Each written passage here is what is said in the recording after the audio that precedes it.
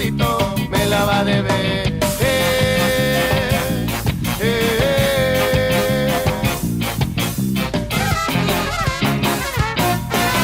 Porque yo soy indio, no debo de saber lo que pasa y a mi tierra no debe de suceder. Milicia del masacre es injusto que no ven a mi pobre gente que no se lo merece. Oh, whoa. Hello, dear audience. Hello, planet Earth. Are you with us? Barely. It's barely hanging on. Just the two of us. We can make it if we try. Just the two of us. There's going to be plenty of musical time for Jose tonight. Because, yes. Hello and welcome to Itz Happenin show, community grassroots media for the people, by the people. I'm Jose Gloria. And I'm Dylan Thompson. You're your host tonight. We are your hosts with the hosts. Indeedly host. That. Yeah. It's happening as a movement of the heart and of the mind. It's the energy of the universe that creates waves inside us and all around us, which allows us to activate, motivate, then elevate vibrationally and intellectually towards love, truth, justice, and wisdom. It's happening every which way. It's Happenin is a culture of empowerment. It's people having the right to exist and participate as equals. It's a dream of what the world could be. But the future we want is only possible if we make it happen. So stand up, get informed, and fight back. You could be anywhere in the world right now, but you're here with us. So we thank you because of you. It's happening. Woo. Finally get it right because we don't have any guests in there. I think that's why. Yeah, it's the curse. Pressure's off. Yeah, this is when we're on our peak performance, obviously. If you guys haven't been paying attention to all that. Yeah, action. Yeah, I know. Yeah, we've had some very exciting shows the past few weeks. We had Tom Pate and Dr. Jose Moreno on. We had Ty, we had Fan. Yeah, we've just been rocking and rolling. We had Denise Barnes. Today, it's just Dylan and I. So you can tune out, guys. That was the cue. Nothing to see. No. These are our fun shows where we get to talk at length about anything that we talk about in the world right now. And unless you've been living under a rock, there's a couple of very important stories that have been coming out. But before we get to that, how are you doing? Oh, I'm good. Yeah, I was just kind of thinking like these shows could be used like for extended ranting and such, and maybe my wife doesn't want to hear it and I can just send her a link to a clip of the show, like this could be a good way for my wife to digest information about my opinions and stuff, in more like condensed form, could add effects that make it more appealing to want to listen to different kinds of things like that. So yeah, that's kind of where I'm thinking we can use this for. So yeah, exactly. So good. Get your daily dose of the magic of ranting all in one package that is tonight's show, September 28, 2020. Our last anniversary show. Again, we've reached the 6-year mark. Woo! Yeah, wow. Yeah. So believe it or not, we are here. Really? Only 6 years? Wow. It's 182 shows, everyone. Time flies. Thus far, yeah. 182 shows. Yeah. What's the math there? There's 12 months in a year, and 52 weeks, and all right, I'm lost. I should be able to do that. I'm just not in the mood to do it live, Oh, come on. I just don't, I don't have the energy. I brought the no guest energy to tonight's show. Just for the record. Yeah. So I'm laying back in my chair deeply right now. So yeah, you got that look in your eyes. Got like glaze over look in my eyes. It's that time, It is that time. But we thank everybody that's tuned in. Oh yeah. And so yeah, the guests will come back next week, the following week, and the following week after that. Yeah, it's gonna be awesome. Yeah. But Jose was telling us like the talent needs some more spotlight. So that was kind of the logic. Like we had a really great guest lined up tonight, but the talent needed, a little more, exposure. So that's why we don't have a guest tonight. I just want to make that clear. Exactly. Yeah, this is my time to talk a lot instead of watching Dylan and Matthew Mariscal talking about whatever the heck they were talking about. That was not more important than my opinion about whatever they were talking about. Well, that'll be the topic of the show. We can finally argue about that. Yeah, no. Yeah, so obviously sorry, hold on. Oh! Thank you. Oh. So let's go ahead and dive into some stories, shall we? Top stories. Quick stories and top stories at the same time. All sorts of stories. Well, on the list, Dylan. Oh yeah, there are some vaccines in development for COVID, right? Something we're all looking forward to. Something that's supposed to be like the light at the end of the tunnel. Like all the social distancing was worth it. All the mask wearing was worth it up to this point. But it requires a lot of testing, right? It requires some kind of burden of proof, right, to show that, like, on some scientific level, some standard they have to meet that shows it's effective, right? But some scientists, independent-minded scientists, are taking it one step further and inoculating themselves with these experimental vaccines. Wow. In an attempt to a race to vaccination, right?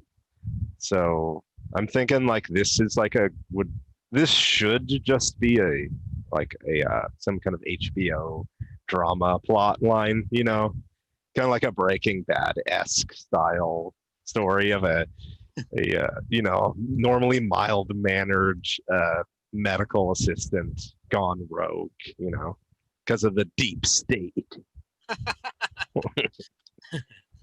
And he's fighting back. He injected himself to save the world, but he failed. Boy, that was a nasty rash he had. That didn't clear up for several weeks. That would be that could have been an art film, the way we just described it. But yeah, it's kind of that there are like very opinionated individuals who are willing to take this risk and be their own guinea pigs. But, it's kind of weird too, though, because that wouldn't suffice for proof that the vaccine worked on the general population, right? Maybe if it worked on you, it could have been coincidental. You could have, I don't know. It's not as strong proof. Are they actually trying to be immune from it? Are they actually like germophobic then? Yeah, no, it's I don't know. It seems that Donald Trump has been taking that hydroxychloroquine. Oh, how does he do that? Well, he just takes it, because he gets it prescribed, and but so that's why he kept on saying, like, what do you have to lose? Because that's really what he was doing, and it might have been like a placebo effect type of thing, but regardless, he felt like he needed that, and so he did that. So that's he felt like he feels like he needs to do a lot of things that are unnecessary. But I wonder, I did see a picture of him today, and like he looked especially orange, like, and especially pale, like around his eyes and his ears and like around his hairline and stuff. I was like, maybe that's making him go a little neon, like popping out a little bit more freakishly orange than usual. All this news that he's been getting recently can't help, his orangeness. His orangeness, yeah, his color taint. tint. It's I mean, I would consider it a taint as well. In more, even in more than one sense of the word. You know what I'm saying? Generally, his face. I mean, thank you. Speaking of taint, Speaking of taints against, yeah, no, but the vaccine isn't going to come for a while. I mean, there's a lot of money that's being given to corporations, big pharma corporations, of course, to try to develop these things. But you know, even if they do have one, they won't really be able to have it on a mass scale until, even it's according to Donald Trump's cabinet, second or third quarter of next year. So, you know, when it's out, it's, you know, right now they're testing it, and then they tested one, right, and one backfired, or, you know, or didn't work out as planned, so they had to pull it. So then, but they have all these other ones, of course, the world, China, Mexico, Cuba, like a bunch of other countries are also jumping into the vaccine game. Yeah. This will be a very lucrative vaccine, as all vaccines are, but man, in a globalized world, definitely this one is gonna really break some box office records. But also, a reality is that many people will opt not to get the vaccine because of all the misinformation and, you know, this doubt that has been put out there.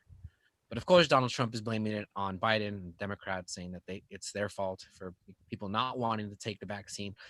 But of course, we know that's not the case, and really, it's a lot of these QAnon type people that are saying, like, no, they're gonna inject you with microchips. Yeah. So that's a thing. But I will say that it, and I think we've talked about it, you know, previously, but I don't do the flu vaccine that they have every year. Never taken it, and some people swear by it, and other people are like, no, I got really sick, but I'm just like, no. And they're like, but it's free. Like, there's no such thing as free lunch. Somebody's paying for that, and it's taxpayer money that's paying for these people to get us into these vaccines. So I do understand the hesitancy, because I have that with that vaccine, but when it comes to this, I don't know. yeah, it's a different level, kind of. Like, this is important. This ain't your average flu, you know. Yeah. I see Donna commenting when we were talking about Matthew on the show last time. She's like, I noticed his views kind of irk you. I could hear Vern in my head singing, "Let it go, let it go, let it go."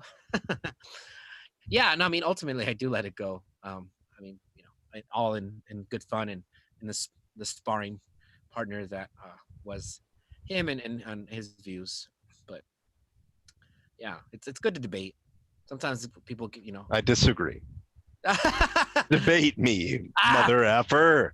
Debate is worthless. Okay, sorry. Well, different show. We'll arrange a debate. Yeah, no, but anyways, so yeah, Trump, vaccine coming your way. Coming your way. Coming to a CVS. immune system near you. In other news, water was found on Mars. What? Yeah. Now we're really gonna be able to, you know, use our feces to grow tomatoes and things like Matt Damon did in that one movie. Remember that? Did you ever watch that movie?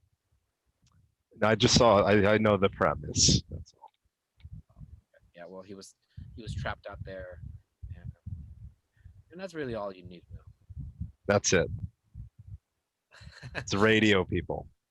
So, according to the website nature.com, water on Mars, discovery of 3 buried lakes intrigue scientists. Researchers say that they have detected a group of lakes hidden under the red planet's icy surface. 2 years ago, planetary scientists reported the discovery of a large saltwater lake under the ice at Mars' South Pole, finding that was met with excitement and some skepticism. Now, researchers say they've confirmed the presence of that lake and found 3 more. Discovery reported on 28th September's in Nature Astronomy. 28th September in Nature Astronomy was made using radar data from the European Space Agency. So yeah, follows a detection of a single subsurface lake in the same region in 2018, which, if confirmed, would be the first body of liquid water ever detected on the red planet and a possible habitat for life. Yeah. So It's almost happening. it's almost happening. I hate these stories though, honestly, because I just want to hear it or not. It's always like, oh, there may have be ice. It's like there may be trace of ice. It's like, well, there's ice, but it's like, did they find it, or like they basically have some radar evidence that there's water under here, right? But they're still not totally 100% sure. Is that kind of what I'm hearing? Damn it! Can we just hear that they're aliens, please? Like, I'm done with all these incremental like steps toward, Thank you. I'm done with science until we make a major breakthrough on this thing. Yeah, no, especially when it comes to planets and like that are very far away. So we have to rely on telescopes, and radars, and all sorts of things that may or it's like there are signs that there could be this and that. I'm like, I don't know. Like, you send some robot down there to go exploring. Damn it! I want an alien emissary on CNN Thursday. That's the kind of progress I'm looking for. Don't worry, guys. We got Space Force coming, and let me tell you, we're gonna find the little green guy. Amazing. We're gonna build a big, beautiful Trump Tower right on Mars, water view right there. It's gonna be great. Great. All right. Casinos, Trump steaks, everything that Americans and the world didn't want.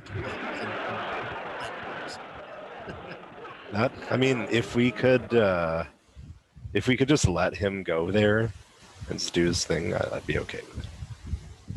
Frankly, just stay there.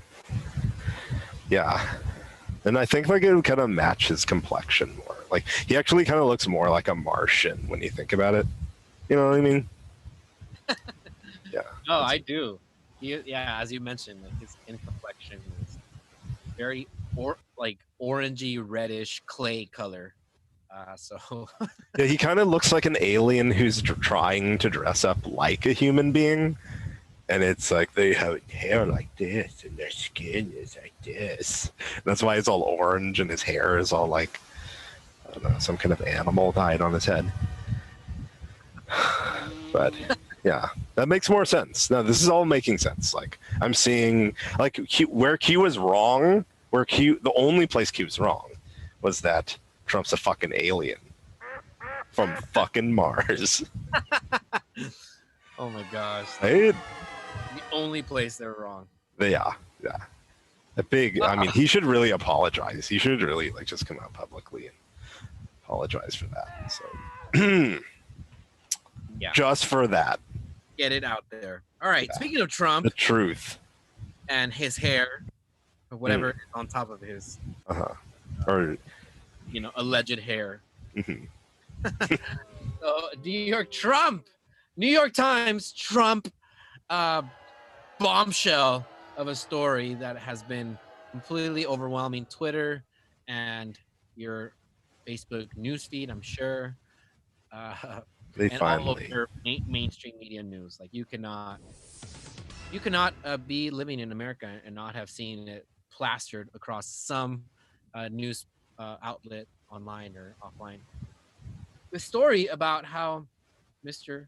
President Donald Trump paid only $750 in U.S. income taxes in 2016 and 17. Yeah. According to the report that came out by the New York Times on Sunday.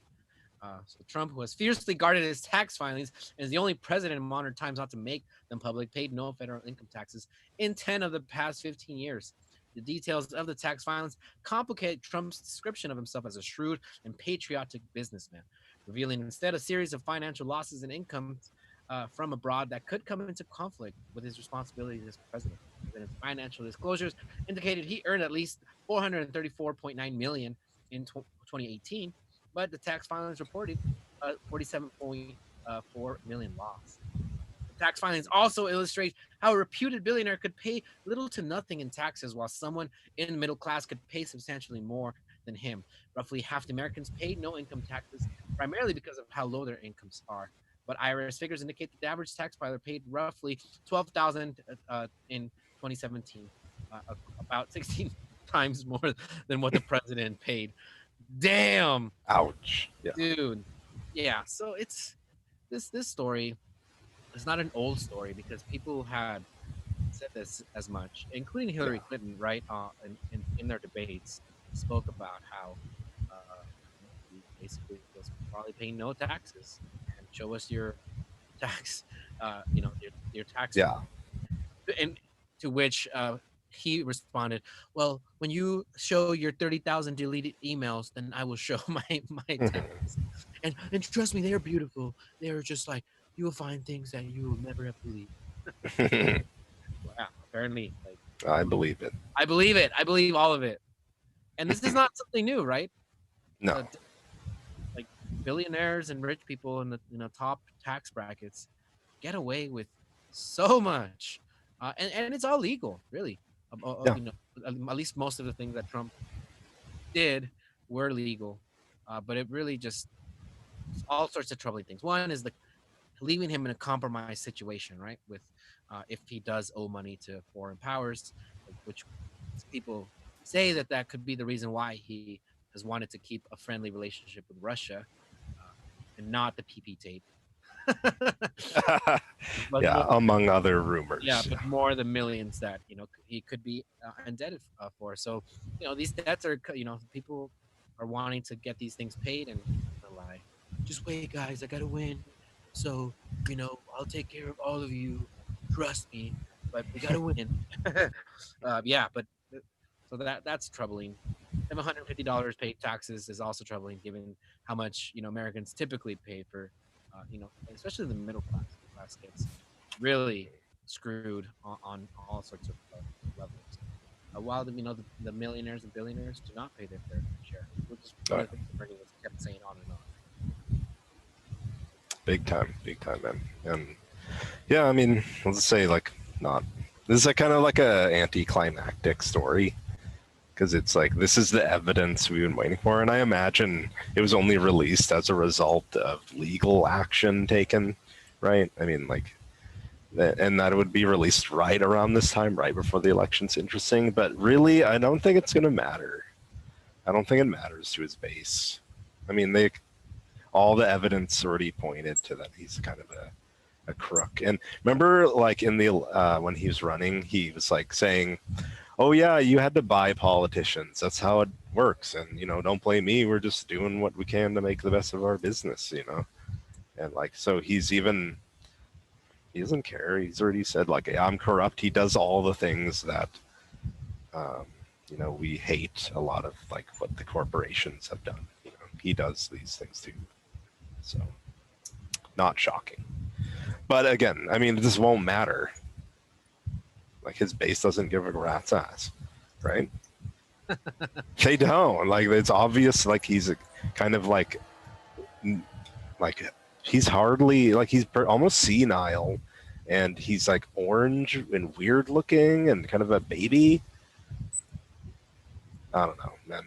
They can't see through any of that. But then you think your fucking tax return is gonna change their mind? They're bought in, man. There's nothing left. Sorry. It's I don't know. So I'm kind of pessimistic about this. No, and a lot of people are.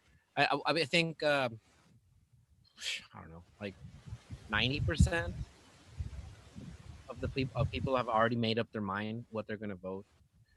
Who they're gonna vote for. I mean, Trump's base, as he so eloquently put it, even if he shot somebody, yeah, Fifth Avenue, they would still vote. Right.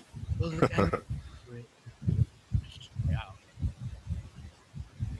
I feared for my life. He was holding up one of those things that they used to use.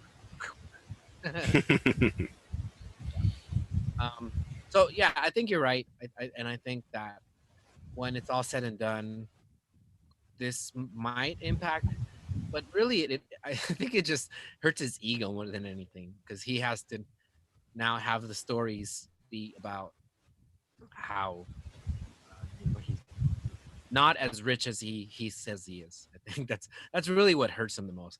Like I don't pay taxes. Like he said when he was told I don't pay the income taxes. Like yeah, because I'm smart. That's what he said. Yeah, In yeah. the debate against Hillary. Right. And rich people would agree with him. The problem is that working class, uh, middle class families don't have the same benefits of tax loopholes that he has. Yeah. And and I even think reporting a lot of losses is also part of the. They can exploit that to somehow to their advantage too. So like he'll just be say like, oh, these don't reflect my true value, my true wealth, blah blah blah. He'll just make up anything. But yeah, his ego will be hurt. But I feel like his ego is also hurt if he's not praised in the newspaper tomorrow. So like he's constantly fighting, like he's Sisyphus pushing back against his own ego. Like he's constantly getting butthurt if he's not, made to feel special. So yeah, like fake news, they were so mean to me. One good story from New York Times. He just, yeah, no, but all sorts of things are making news. The fact that he wrote off $70,000 of for his hair, so-called haircuts.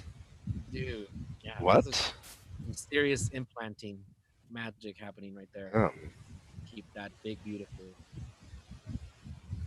That's his luck. I mean, Newborn like baby chicken, like baby chicken type hair that he has on his hair. When like the wind blows, like you see it like all like it all. I wonder what he would look like if he didn't like. Yeah, I think I've seen pictures like memes on Facebook or something. How he would look like if he didn't do his orange tan. And, yeah. He let his hair go. Yeah, he wouldn't look good at all. That's the worst part, isn't it? Though the saddest part is he looks better the way he does. He puts himself out there, which is kind of a sick joke unto itself. One of God's sick jokes for us to enjoy. Oh yeah. Thank you for giving us Donald Trump. God, I know that there's a lesson here. Oh, it's a big lesson. It's been a lesson that's been a long time coming. As well. Yeah, but I think the most appalling thing that people should care about is the fact that over 90, big corporations are equally not paying taxes. Amazon included, Chevron. The list goes on and on. Oh yeah. Big companies that are not paying taxes. So then what happens is that we, the taxpayers, have to subsidize their lack of paying decent wages to their employees, the benefits. It's just it's all sorts of insane. Oh yeah. And of course the other big story that we talked about last week was with Ruth Bader Ginsburg, which of course Donald Trump has and all of the Republicans are just gleefully in anticipation of their ability to put on the bench yet another ultra conservative, pro-life and anti-worker and probably going to gut the Affordable Care Act on that bench. But also, and this is what the most troubling thing is, and there's a lot of troubling things happening with the election, right? But one of them being that it could very well end up in the Supreme Court. I think there's scenarios in which they could legislators from states can just say like we're calling it, that's it, no more, we're not counting anymore, and we're gonna give it to the legislators to decide how these things were, and of course how the elections turned out. Of course the Democrats would then sue, and it would go to the Supreme Court, like Al Gore versus George Bush went, and in the case of an ultra conservative Supreme Court being in place, then that's going to be spell bad news for voters. So then the best way to have your vote counted will be for you to hand deliver it or vote in, your vote by mail ballot, or to go through the whole voting machines type of thing. But I mean, I saw, right. I don't know if you saw that Donald Trump Jr. is putting out there that they are hiring voter protectors so that they can go, and really they are voter intimidators, and they will be engaging in voter intimidation. We've already seen videos and pictures of these people with Trump flags, just going there and just heckling and messing with the voters that are there. So it's it's gonna be really Yeah. I this is the calm before the storm. I mean, it's not too calm, but it definitely does feel like our country, as if it hasn't gone through enough with, the death of George Floyd and the Black Lives Matter protests and the counter protests, and people that have been killed in scuffles. And I mean, there was a scuffle, and I think a couple people got ran over in Yorba Linda this past weekend. So just imagine that, but across the nation, and as every day that goes by, more and more anxiety and more pressure, more and more fear boiling up, as we're seeing that the election results fluctuating as more ballots are counted. So yeah, I'm I am beside myself in Yeah. fear for what could happen. Oh man, I'm just scared. Well, it won't be good. It's like, I mean, just accept that as the outcome of the federal election. But I mean, you touch on all things, and I want to get to the next story, which was what happened with Breonna Taylor and the decision by the grand jury. Basically, they decided to only indict one officer who basically shot, and their bullet went into a neighbor's house of a white family, So everyone who directed bullets at Breonna Taylor and her boyfriend, they were basically not indicted for anything, right? That's led to nights of protest and, general, and just what are we doing, right? Like when these stories have been really capturing our headlines for the last 4 years, right? Of these killings, right? And a system that basically will give you a civil lawsuit and maybe you'll win some money. You'll do a settlement. So no guilt will be admitted to by anyone, but money will be given and paid by just the general taxpayers and no criminal charges. But it's like, dude, this was reminding me of what you were talking about with Trump's taxes. Well, what he's doing is legal, so there's no crime. It's horrible. It's unethical. I mean, that's pretty much what's happening here. Because among a lot of other corrupt things, we'll get to some of them being like even the grand jury process. But one, if the officers have the legal right to defend themselves, and then you force them in a situation where a person exercises their legal right to defend themselves against an unknown intruder, you just create a situation where everyone can kill each other and no one's culpable, or only the person who shot the cop is, but not in this case, right? So it's just these no-knock warrants, right?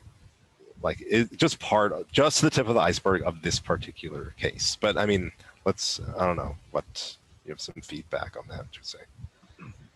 Yeah, no, I mean, a lot of people are saying it's like, notice that they were only charged, or the person that was charged was only charged for the bullets that missed Breonna Taylor. So, all sorts of troubling. Yeah. It just further highlights the necessity for, forgot what the term is called, but basically to allow for police officers to be charged personally for when they, are act outside of their laws, in their ability, and their ability, their what they are tasked to do. Yeah, but like what I'm saying is like they acted within the law. Right. So I'm saying we have to eliminate that so that, well, you know, so that they could be charged in the case that they did violate the law. Because even if they did, Right. it's really hard to. But you're right. I A lot mean of that. times Yeah. they're supposed to like escalate. They're supposed to like kind of like be like the tough person, like, hey, shut, calm down. You know, like that, as opposed to like, hey, you know, like, can we just everybody just calm down real quick? And they're supposed to shoot first and ask questions second, right? When it comes Yeah. down. Um, but there's just a lot of funky stuff that's coming out of it, right? I think, there was other video that shows how one of the officers was telling the other ones to turn off their cameras, their body cameras, right? I don't know if you saw on that, but yeah, I Yeah, know. there's shady stuff, man. Like, just I think something that came out today is that in the I think it was the coroner's report, or there's basically some report that contradicted like what the chief of police was saying, and it was saying that they couldn't determine. So a bullet hit an officer, right? But this report was saying they can't determine whose bullet hit him. So they don't even. They could have been friendly fire. Because the guy shot a warning shot. Breonna Taylor's boyfriend like shot a warning shot, a single one, and they can't even say that it hit the guy. So and you know, so there's so many inconsistencies, right? And even like going in another one being the grand jury process, right?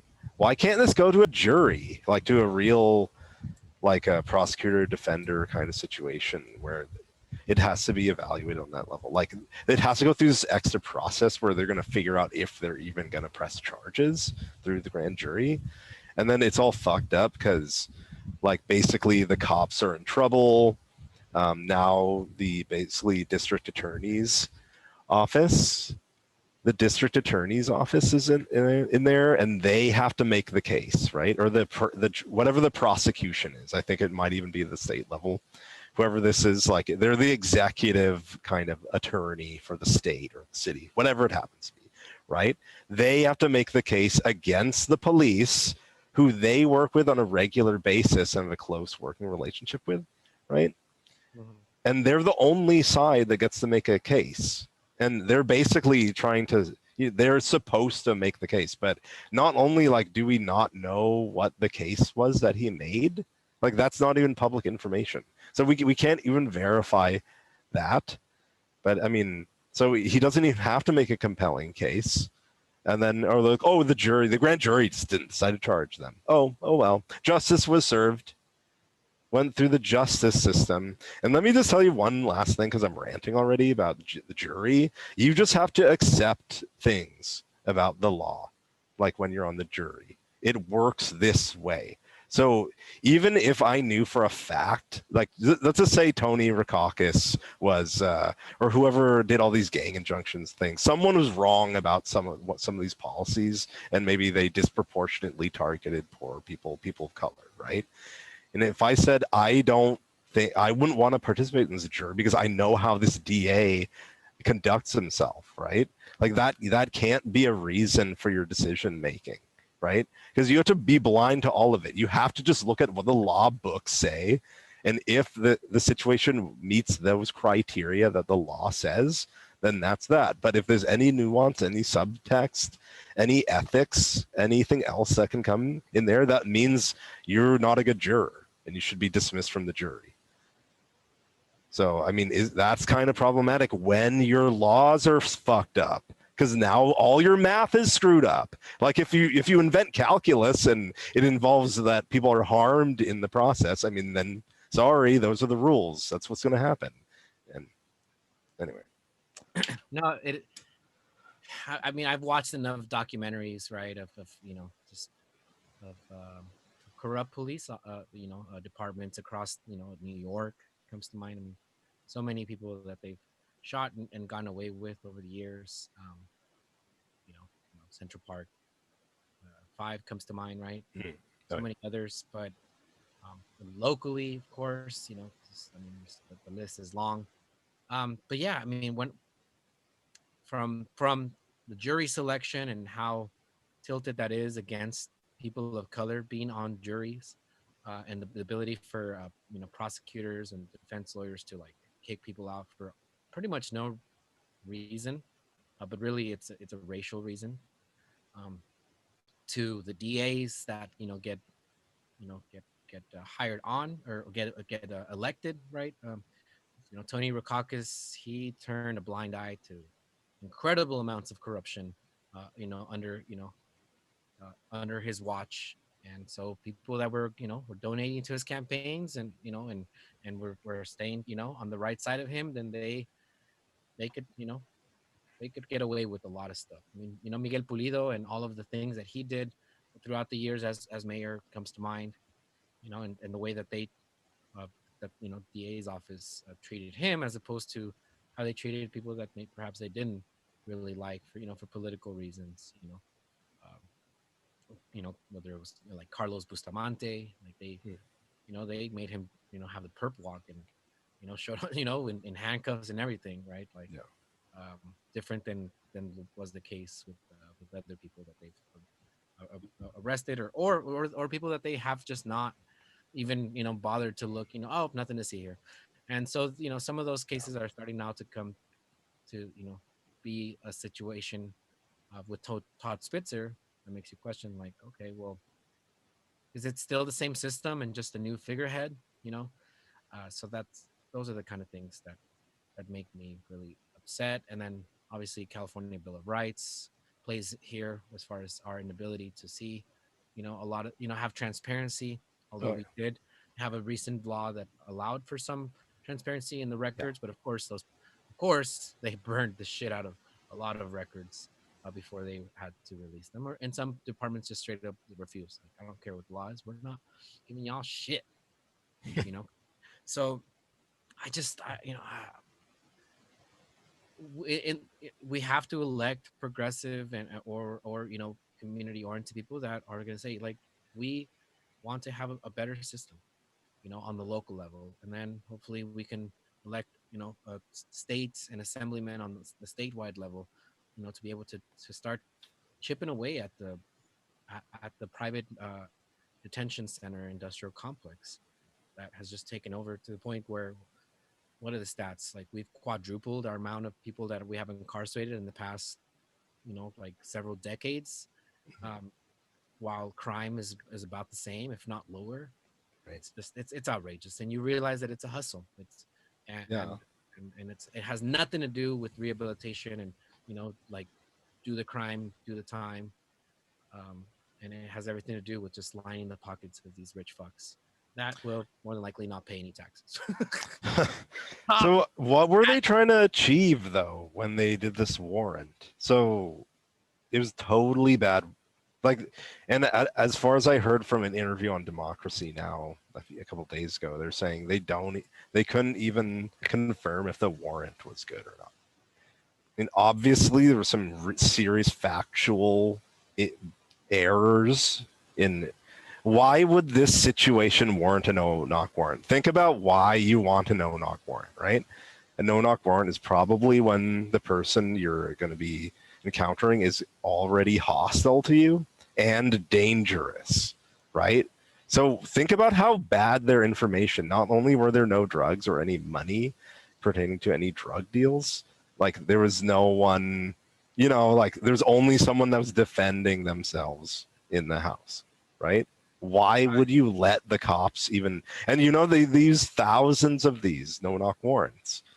Like, there should be but that's the crazy thing, because you're like, oh, we should just not do no-knock warrants. We have almost no control over our police departments in the first place. So it's like, oh, this is easy, let's just not do that. It's like, no, they totally control everything. And like, even in our city, like the POA has been basically running the game for a decade, and everyone pretends like it doesn't even matter. And then like when you bring it up somewhere, everyone's like, oh, well, it's not that impactful. They're not, oh, it's not like that. It's like, okay, well, we're never going to fix this, guys. If we're not willing to wake up and like start getting some freaking grassroots community oriented people in city council, right? Yeah, but I think that our solutions are really common sense. Like they're within our grasp. Like we can do like so much, and tweak, like a few things, just to make it so that like our, like the concept of policing is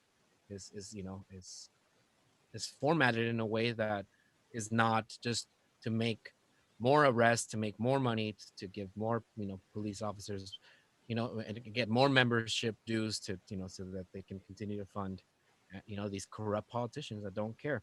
And they don't care either. They're just like, well, we don't like, I mean, most of the cities, police departments, they don't live in those cities, for, I guess, very, good reasons, right? But that wasn't the way that it was for a long time.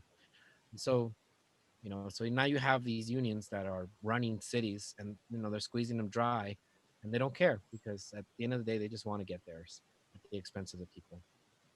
But Pretty people much. still, but then, like, sending mailers is expensive. Just talking to your voters and getting, thousands and thousands of voters and getting them to understand the system is difficult. So, and I guess, when, the conversation with Tom Tate comes to mind, right? When he was like, well, like the people care. They just need to know. It's like, Yeah. do they really? Do they really care? I think there's levels, right? Like, of caring, right? It's like, okay, well, that sounds, yeah. I don't care, but that sounds troubling, and it sounds like you're Mhm. troubled by that. One, right? And then there's, it's troubling, and that troubles me. Okay, another level. Mhm. That's troubling. It troubles me. I'm troubled enough to actually want to do something about it. I don't know, talk to my family, my neighbors, Yeah. share an article about it on Facebook. I mean, the whole thing with the Anaheim Angel Stadium comes to mind, which, for all intents and purposes, is going to be voted, for tomorrow.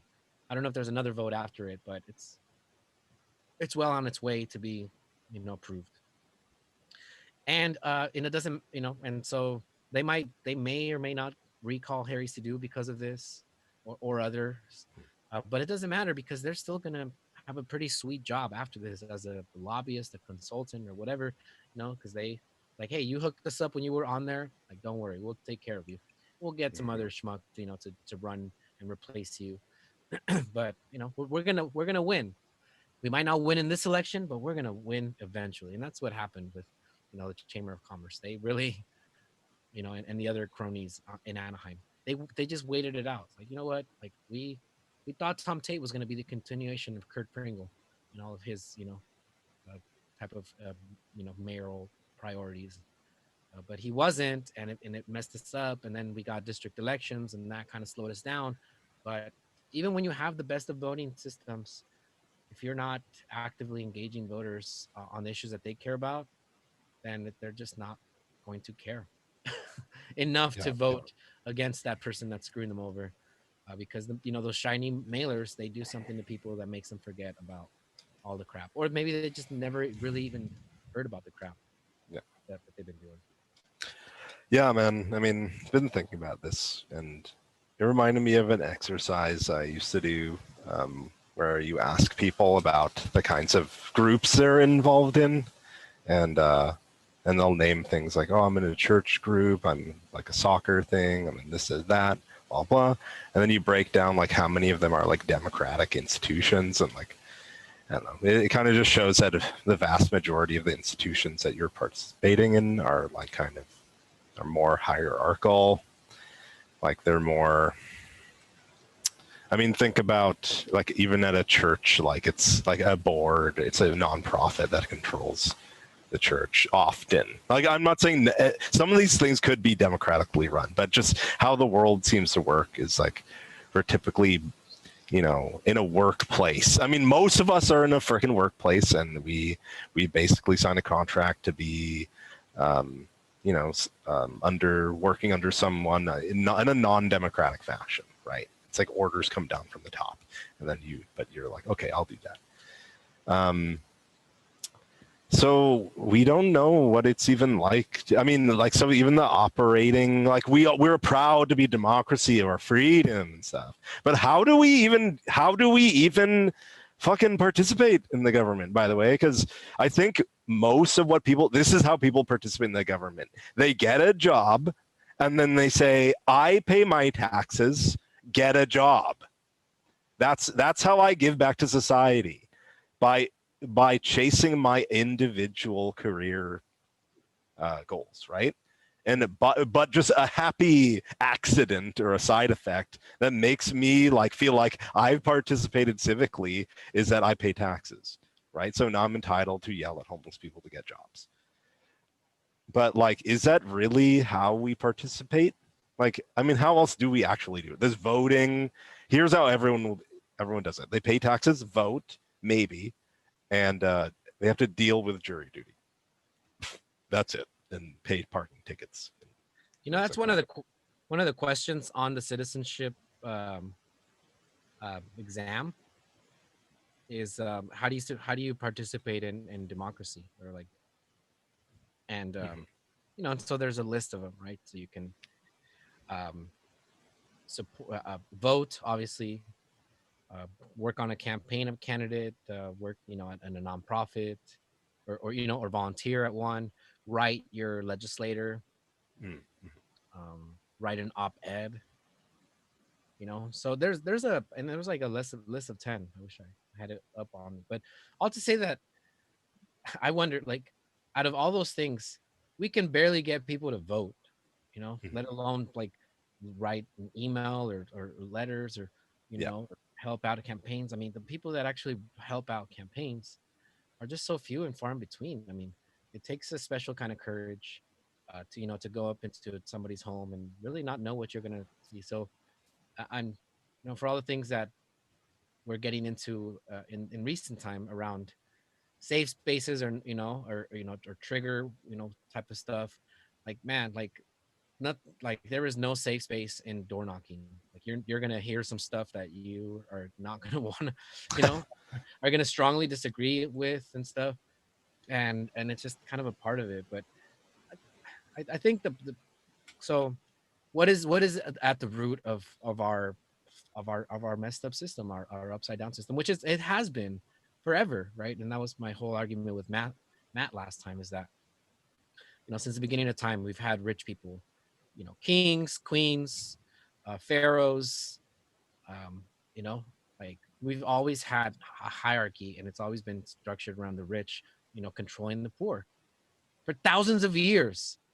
And if it was that simple to really like change that, we would have changed it by now. But why haven't we? And so I'm totally at the belief that, you know, like, you know, we're the 99% and the 1% and stuff, but I'm also in the belief that, like, have you ever seen how small groups, or whether it's church groups or grassroots groups or nonprofits and stuff, they end like that they form because they are oppressed by the ruling class. They end up employing a lot of the very, very similar kind of hierarchical and nepotism, and you know, and these other types of things that really, like, are the things that you're fighting against. So it leads me to believe that it's a human issue. It's an issue around selfishness. It's an issue around apathy. I don't want to think about it. You tell me how to think, and you know, that's good enough, right? But what we need is individuals to wake up and to really be educated, to be critically thinking, but also to be following a philosophy of life that constantly makes them question, you know, even themselves, but definitely authority. You know, and just stop forming cults. yeah. Get some good points there, definitely. Maybe that's something we would agree with our libertarian friend from the other show. Yeah, we can get rid of some of the tribalism, and but I mean, it's screwed up. Everything's so screwed up. Everything's screwed up, man. It's such okay. Yeah. We do only wow, it's already been an hour. That's crazy. Dude, I told you I can It goes rant. fast. We didn't even give you the musical thing. Do you want to do a musical performance? We have 2 minutes slotted for a musical performance. Damn good. Let me hit another story really quick while we have the chance. There's going to be ranked choice voting in Maine for president for the first time, I think, maybe even in American history. The state made some changes to its voting laws that even extended to how their residents can vote on federal issues. So, yeah, and I mean, I think it's just great because I think basically how this works is like under the you vote for maybe, I don't know, it might be all of them, but let's just say top 5 or top 3, say. And if there's no majority of the top ranking votes, they'll go to the second tier and they'll eventually get like a winner that way. So, yeah, I think it's a good way to kind of to break these ties. And I mean, if you added this with some other stuff that could give us, I mean, I feel like we're missing some proportional representation somewhere in our government on some level. Like if 10% of the population are Greens, 10% of our representation should be green somehow. So I think the states should experiment with all these different kinds of things and can hopefully improve. Right, they should, but the corporations who fully fund these people, the Democrats and the Republicans, that is, they're not going to let that happen. It could happen. It makes sense for it to happen. Parliamentary systems. I mean, England. They'll fight it. But the Republicans tried to fight this and they failed. So they tried to block this, and I think a judge said it didn't go through. The opposition failed. So, but you're right. They'll totally oppose all this, and it'll be few and far between that would happen, right? Totally agree. Yeah, but that is a good story and an example of how things can happen if the community comes together. I mean, there's just the documentary about I believe it was in Wisconsin, right, against the governor, where just a few people got together and said, like, we're gonna fight against this, and they were able to win. So and so then, like, the question is, like, you win things, right? You win policies, you win ordinances, and so, like, but then there's a follow through, right? So we got district elections in Anaheim.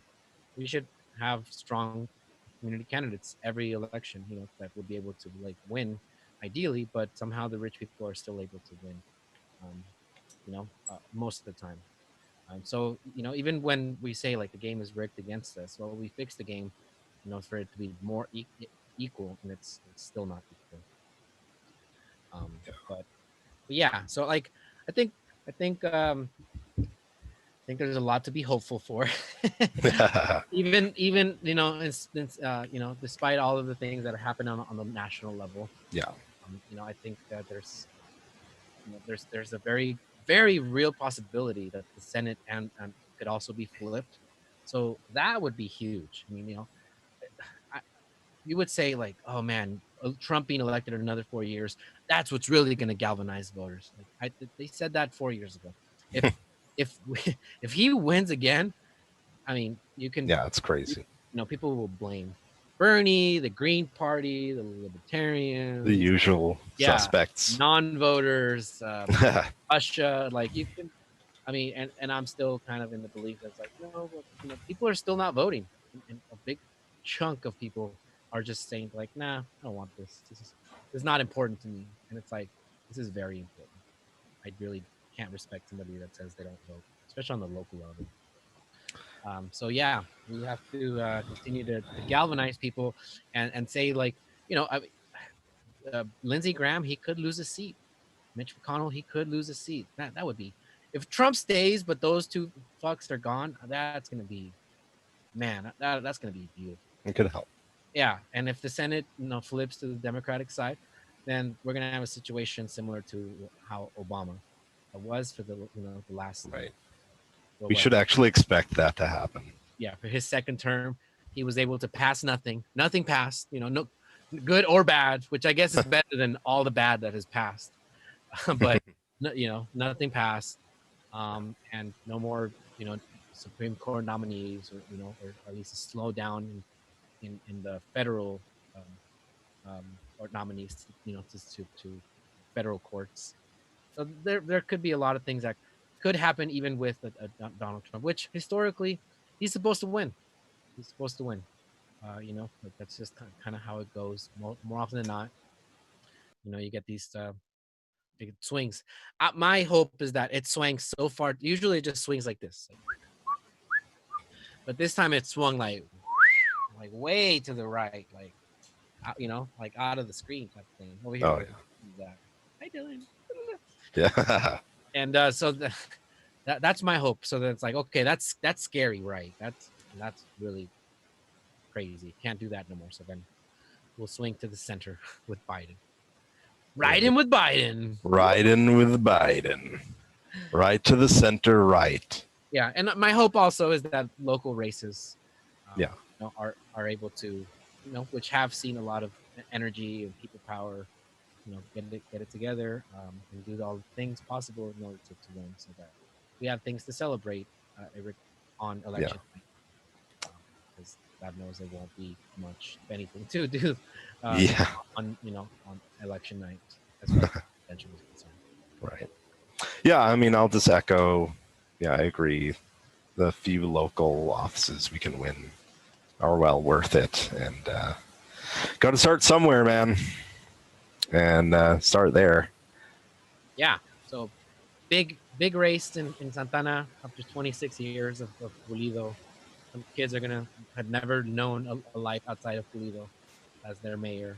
They're gonna get a chance for a new one, so hopefully they make the right choice. The council could be flipped from where it is now to somewhere not in the pockets of the POA, which would be amazing.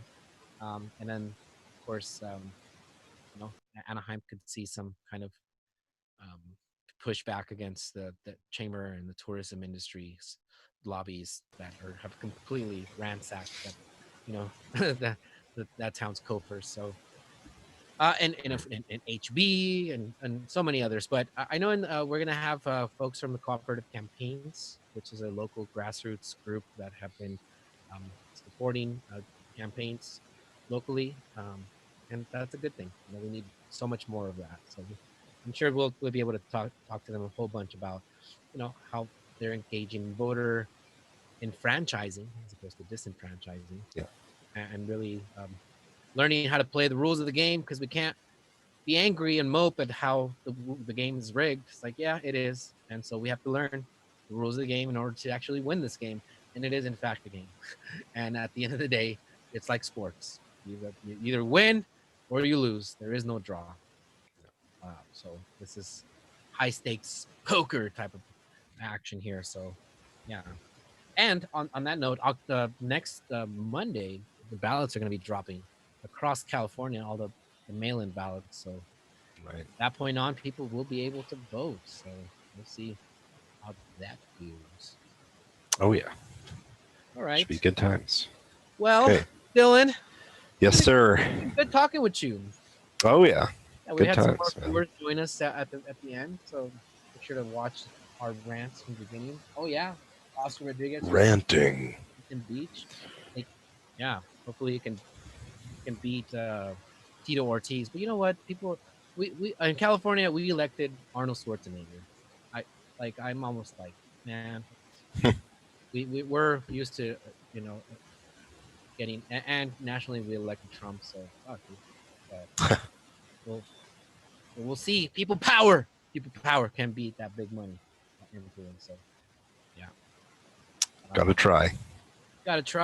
Like Chris Hedge says, he doesn't fight fascists because he'll win.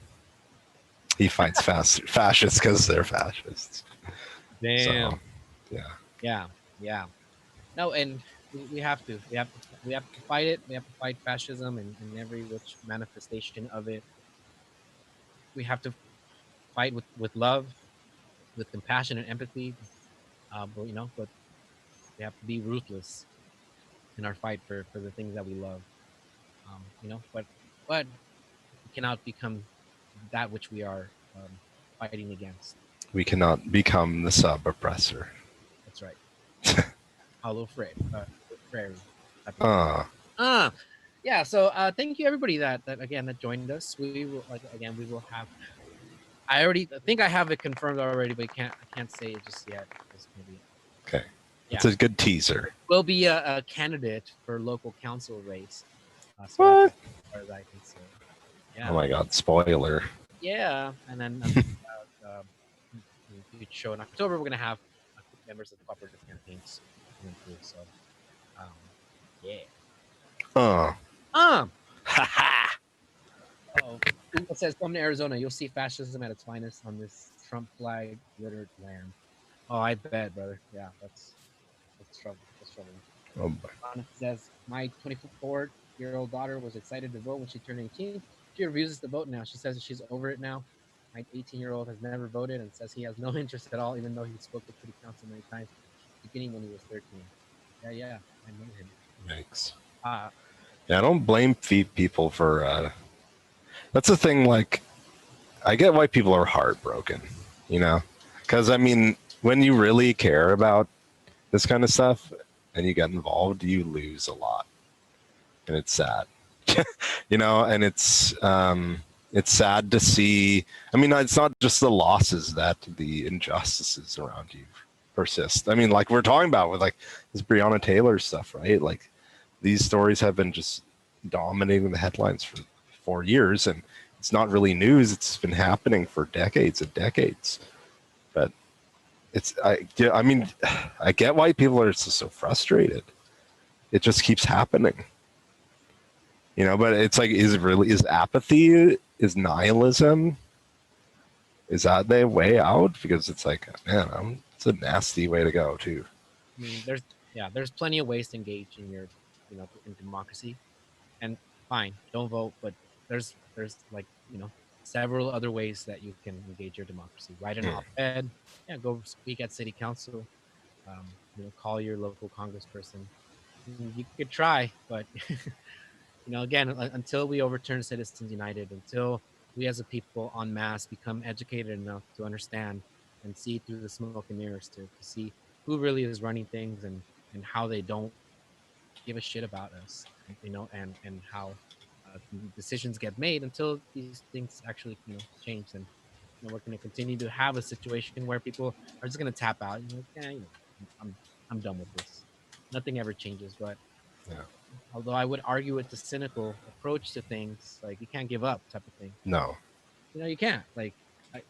And it's like the more that the more that you realize how fucked up everything is. So like, knowledge is not power. Knowledge is a lot of times powerlessness, because you realize how fucking powerless you are against these behemoths that are destroying our world and our environment and all these things. And it's like, what can you do when these big corporations buy off, the legislators, that allows them to pollute the water like they did in Flint, like cut down, big parts of forestry, like they do everywhere. The Amazon is getting destroyed. Like we're literally, like eating our foot in order to survive. Amazon's gone; it cannot be replaced, and so the chickens are going to come home to roost. And that's kind of like the only thing that I can say is like there will be a time after things get really bad where people will be like, okay, you know what? I guess we got to change now. But until then, be too late. Yeah, we have way too many comforts, and way too many toys and tools of distraction that will allow us to just meander through this so-called life, and to get to the other side. Hopefully, baby Jesus forgives me for everything that I did. Oh yeah, we're doomed. That's the lesson. That's a lesson from tonight's. We're doomed. Woo! No. And on that positive note, I want. I wanted to think. Yeah. So Ugo was saying like somebody cocked the shotgun when they knocked on their door in Arizona. I believe it. This woman told me that she didn't want to knock in her area because she was legitimately afraid of her Republican neighbors because they have guns. It's like, damn, Yeah. dude, this is real stuff. People can be scary and they don't care if they hurt anyone. Oh, I guess they're talking to each other now. Our viewers are not talking to us. They're talking to each other. That's good. See, it's a future podcast pair right there in the making. Yeah, well, for sure. We need much more podcasts. All right. So I want to thank Edgar Silva for being an awesome audio video engineer.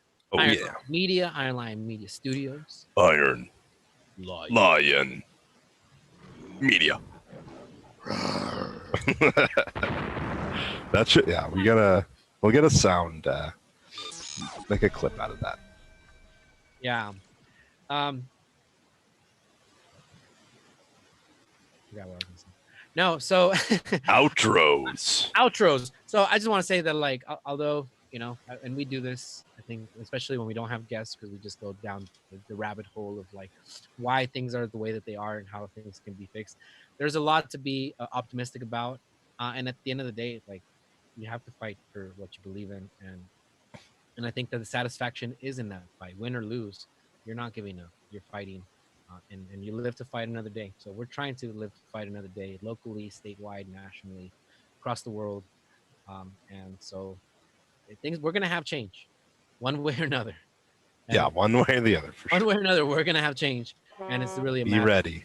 A question of how many people will be around on this planet in order to see that change and see that change, you know, through the transition that will undoubtedly hit us, because they've hit every generation and every, you know, culture in this planet. You know, the Romans were going to last forever, but they didn't. They mostly self-imploded in other societies that were just swept off the face of the earth for environmental reasons, or, you know, things hitting the planet and stuff. So, you know, love people, make memories, travel, and serve, be of service, help out, you know, the least fortunate. That's my recommendation. Big time. And I'd also add, we are the people we've been waiting for, and if not now, then when? Not you, then who? Yeah, don't give up. Don't give up. Like my friend Pato Banton says, life is a struggle, but we never give in. Hey, hey. All right. From Dylan Thompson. Oh, yeah. Victoria, all of us here on Itz Happenin, we are signing off. It's happening.